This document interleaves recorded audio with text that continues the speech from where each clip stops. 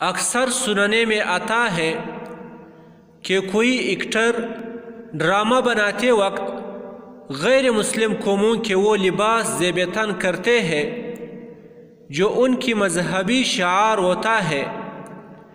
یا کوئی مسلمان غیر مسلموں کے تہوار کے دن ان کے ہاں جاتے ہیں اور کوئی ایسی چیز جو ان کا مذہبی شعار ہوتا ہے لگاتا ہے، تو یہ بہت خطرناک عمل ہے۔ یاد رکھنا چاہیے کہ کوئی مسلمان جب اپنی رضامندی سے کسی ایسی چیز کو زیب تن کرتا ہے جو غیر مسلم کی شعار ہوتی ہے، تو اس سے نہ چاہتے ہوئے بھی ایک مسلمان دائرہ اسلام سے خارج ہو جاتا ہے۔ شرح فقہ اکبر میں لکھا ہے کہ جس مسلمان نے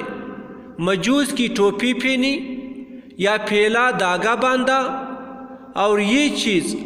ان لوگوں کے مذہبی پہچان ہے، تو اس سے وہ مشرک ہو جائے گا۔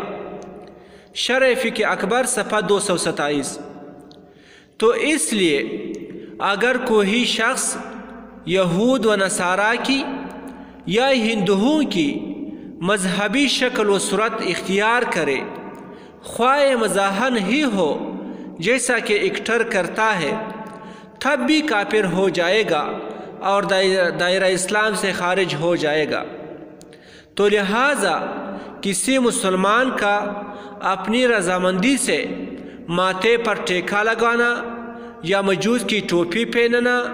یا پھیلا داغا باندھنا یا کوئی اور ایسی چیز اختیار کرنا